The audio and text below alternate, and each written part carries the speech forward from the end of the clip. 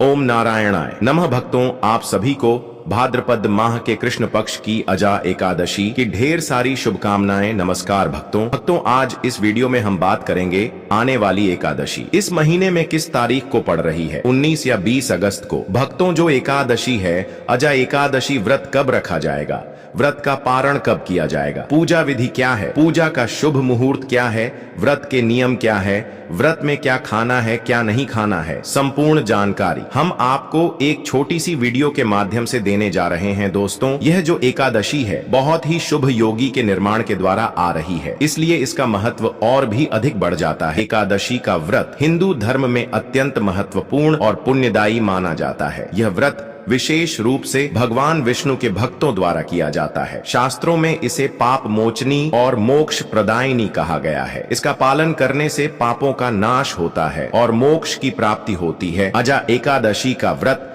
विशेष रूप से उन लोगों के लिए महत्वपूर्ण है जो किसी शाप से पीड़ित हैं। मान्यता है कि इस दिन विशेष पूजा विधि और व्रत के माध्यम से शाप का प्रभाव समाप्त किया जा सकता है और जीवन में सुख शांति की प्राप्ति होती है। कहा जाता है कि जो व्यक्ति श्रद्धा पूर्वक अजा एकादशी का व्रत करता है उसके पिछले और वर्तमान जन्मों के पाप नष्ट हो जाते हैं। यहाँ तक कि अनजाने में किए गए बड़े पाप भी इस व्रत के प्रभाव से क्षीण हो जाते हैं। अजा एकादशी के दिन विशेष पूजा विधि से शापों का प्रभाव समाप्त किया जा सकता है।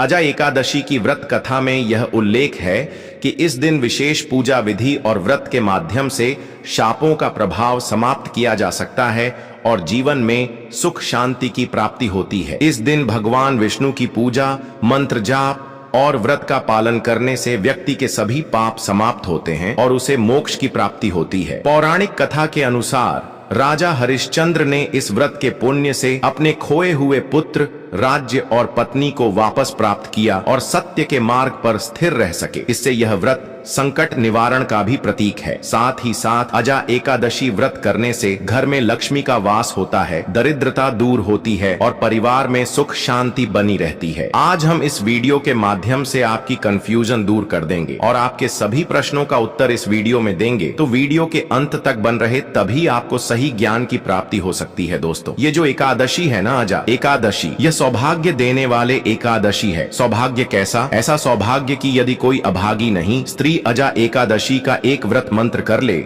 उसका सौभाग्य जाग जाता है। यह व्रत विशेष रूप से पुण्यदायक माना जाता है और इसके द्वारा सभी पापों से मुक्ति मिलती है। मान्यता है कि इस दिन विधि पूर्वक व्रत करने से 88,000 ब्राह्मणों को भोजन कराने के बराबर पुण्य मिलता है। इस एकादशी का महत्व इतना अधिक है कि 1000 गोदान करने के बराबर एक व्रत रखने के मात्र इसका फल प्राप्त होता है। जिस व्यक्ति के यहाँ संतान प्राप्ति नहीं हो रही, यह जिसके पास हाथों की लकीरों में दुर्भाग्य हो या कहीं की बधुआ हो, तो वह दोष हमेशा के लिए मिट जाता है। इससे यह व्रत संकट निवारण का भी प्रतीक है। साथ ही साथ अजा एकादशी व्रत करने से घर में लक्ष्मी का वास होता है, दरिद्रता दूर होती है और परिवार में सुख शांति बनी रहती है। आज हम इस वीडियो के माध्यम से आपकी कंफ्यूजन दूर कर देंगे और आपके सभी प्रश्नों का उत्तर इस वीडियो में देंगे, तो वीडियो के अंत तक बन रहे, तभी आपको सही ज्ञान की प्राप्ति हो सकती है। दोस्तों, ये जो एकादशी है ना, अजा एकादशी, यह सौभाग्य देने वाले एकादशी है। सौभाग्य कैसा? ऐसा सौभाग्य कि यदि कोई अभागी नहीं स्त्री अजा एकादशी का एक व्रत मंत्र कर ले,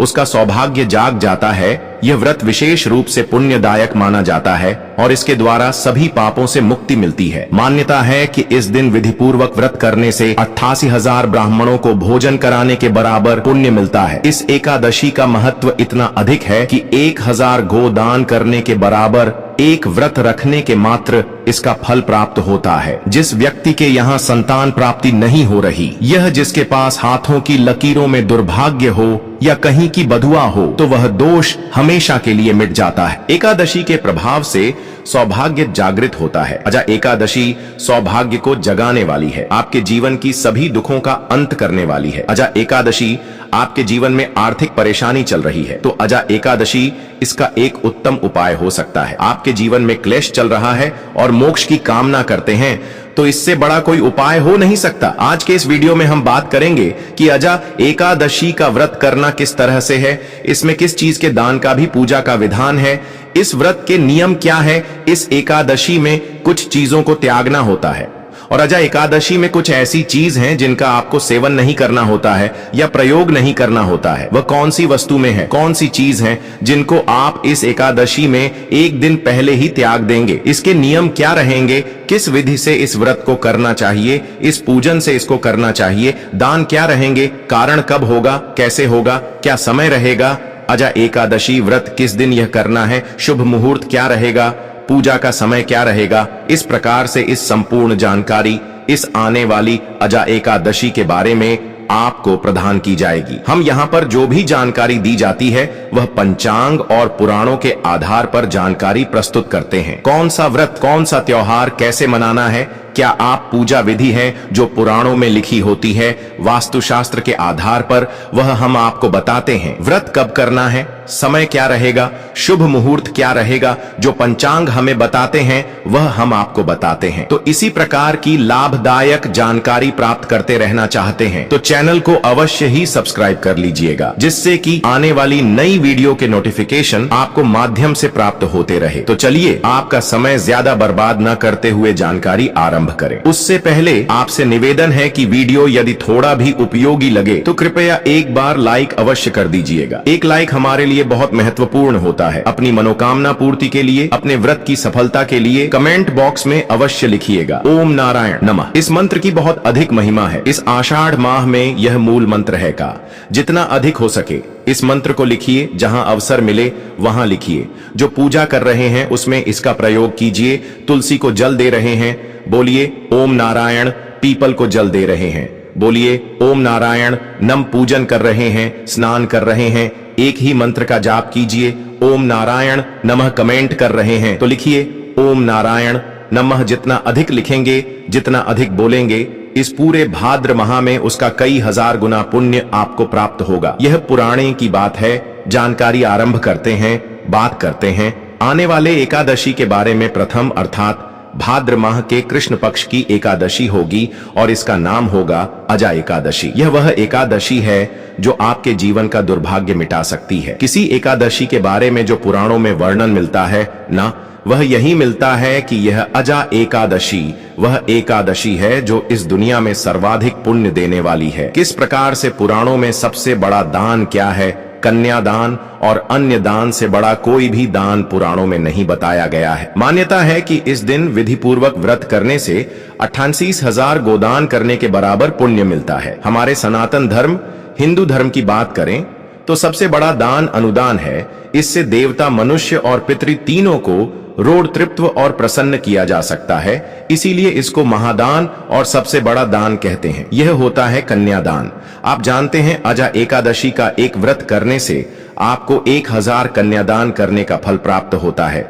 जितना अनुदान और कन्यादान दोनों को मिलाकर फल आपको प्राप्त होगा, उतना केवल एक वर्ष में एकादशी आपको कहूंगा कि अजा एकादशी के दिन खोलकर कीजिए, भगवान का पूजन कीजिए, विधि से पूजन कीजिए, विधि से कथा श्रवण करिए और विधि से व्रत कीजिए। यह व्रत आपके इस जीवन के संकट को तो दूर करेगा ही, परलोक को भी सुधरेगा। यह वह व्रत नहीं है कि केवल परलोक में आपका काम आएगा, नहीं, यह इस लोक में भी काम आएगा। अर्थात यदि आप विधि अजा एकादशी का पूजन विधान से करते हैं तो आपका सौभाग्य जागृत होगा। आपके जीवन में जो भी परेशानियां चल रही होगी, चाहे वह आर्थिक परेशानी चल रही है, चाहे वह शारीरिक परेशानी चल रही है, मानसिक परेशानी, गृह क्लेश चल रहा है, किसी से लड़ाई झगड़ा चल रहा है या काम ठीक से नहीं चल रहा है, व्यापार, नौकरी आदि की परेशानी है, जो भी जीवन में परेशानी है ना, उसका हाल यह व्रत निव्रत को विधि से कीजिएगा, विधान से कीजिएगा, नियम से कीजिएगा। इस अजा एकादशी के नियम अन्य एकादशियों से थोड़े अलग है। वह नियम आपको बताए जाएंगे। वह ऐसा नहीं है कि मैं अपने आप कुछ बता दूंगा जो लिखा है पुराणों में, वही आपको मैं आप बताने जा रहा हूँ। आप बात करते हैं कि इस अजा एकादशी का पूजन अपने कैसे करना है, साथ ही इस एकादशी के नियम क्या रहेंगे और साथ बताएंगे कि इसका कर्तव्य करना कब है। एकादशी को जो व्रत करते हैं या अजा एकादशी को व्रत जो भी करने वाले हैं, उन्हें दशमी तिथि से त्याग कर देना चाहिए। कुछ ऐसे कार्य हैं जो नहीं करना चाहिए, जैसे कांसे से के बर्तन में भोजन करना। यह आप दशमी तिथि को ही अर्थात व्रत के एक दिन पहले ही बंद कर देंगे। व्रत के एक दिन पहले से आपको कांसे के बर्तन में भोजन नहीं करना चाहिए। मांस वगैरह आदि का सेवन तो आप सभी जानते नहीं करना चाहिए। मसूर की दाल नहीं खाने चाहिए, चने की दाल नहीं खानी चाहिए, आंख हरी सब्जियां नहीं खानी चाहिए, गोंडा का साग जो आता है चना का साथ नहीं खाना है, गोंडा का साग नहीं खाना है, मधु अर्थात शहद प्रयोग नहीं करना है। अब आप कहेंगे गुरुजी शहद अगर प्रयोग नहीं करना है तो पंचामृत कैसे बनाएंगे? पंचामृत में आप शहद के स्थान पर गंगा जल मिला दीजिएगा। दूसरे का अन्य आपको दशमी तिथि को ही त्याग कर देना है। अजा एकादशी पर आपको दूसरे का अन्य नहीं खाना है। एक दिन पहले भी दशमी तिथि को दूसरी बार भोजन भी नहीं करना है। दशमी तिथि को ही भोजन भी एक ही समय करना है। दोपहर के बाद अन्य ग्रहण नहीं करना है और स्त्री प्रसंग अर्थात ब्रह्मचर्य का पालन भी आप एक दिन पहले ही आरंभ कर देंगे कि वह नियम है जिनका पालन आपको अवश्य रूप से इस आने वाली अजा एकादशी के व्रत में करना चाहिए। और व्रत वाले दिन की बात करते हैं तो व्रत वाले दिन आपको पान नहीं खाना चाहिए। यदि किसी की आदत है पान खाने की दुकान, गुटखा आदि, उसको व्रत में नहीं खाना चाहिए। यह व्रत को खंडित करता है। दातुन नहीं करना चाहिए। जो आप मंजन प्रयोग करते हैं ना, यह मंजन भी प्रयोग नहीं करना चाहिए क्योंकि इसमें भी या तो नमक आता है या केमिकल आता है। दूसरे की निंदा नहीं करनी चाहिए, दूसरे की चुगली नहीं करनी चाहिए और पापी मनुष्यों के साथ तो आपको बातचीत भी नहीं करनी चाहिए। सब त्याग देना चाहिए।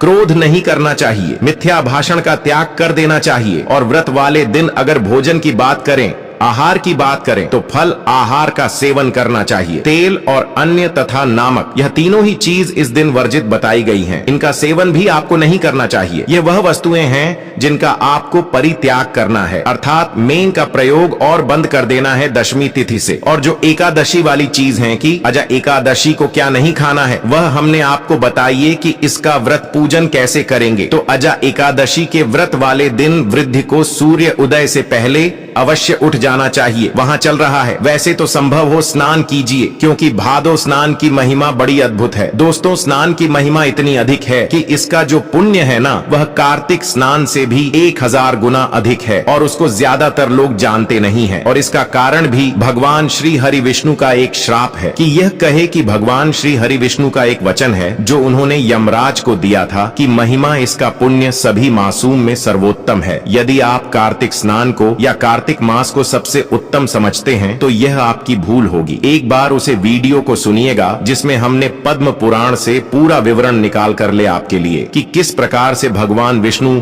स्वयं इस मानस के बारे में वर्णन कर रहे हैं और क्यों इस मास की जो महिमा अर्थात इसकी जो जानकारी है यह हम लोगों के बीच में वह कम होती जा रही है। इसका कारण क्या है? कलयुग में इस मास के बारे में अधिकतम लोग जानते नहीं है, इसकी महिमा इसके महत्व को नहीं जान पा रहे हैं। इसका कारण क्या है यह उसे वीडियो से झांत होगा, परंतु यदि आपने इस वीडियो के माध्यम से इसकी महिमा को समझ लिया तो आप छोड़ ही नहीं पाएंगे। इस भादो मास में स्नान दान होने के कार्य करना कितना अधिक पुण्य है साहब। वर्णन आता है कि यमराज स्वयं भयभीत हो गए। भादो माह के पुण्य को जब पृथ्वी वालों ने प्राप्त करना शुरू किया था, उनका पूरा नरक रोग खाली हो गया, यमलोक खाली हो गया, यमदूतों को कोई मिलता नहीं था क्योंकि सब असद स्नान करके अपने पाप धो लेते थे। तब वह रोते हुए पहुंचे विष्णु भगवान के पास कि प्रभु आपने यह क्या मानस बनाया है? यह तो 7 पीढ़ी के जो पुराने जीव मेरे यहाँ नरक में पड़े थे उनके साथ में पीढ़ी में आकर स्नान कर लिया, आपका पैसा आपका, और वह वहां से तृप्त हो गए। मेरा तो काम ही बंद हो गया। बड़ा ही रोचक प्रसंग है, इसको अवश्य सुनिएगा। तो एकादशी वाले दिन आपको सूर्योदय उठाना है।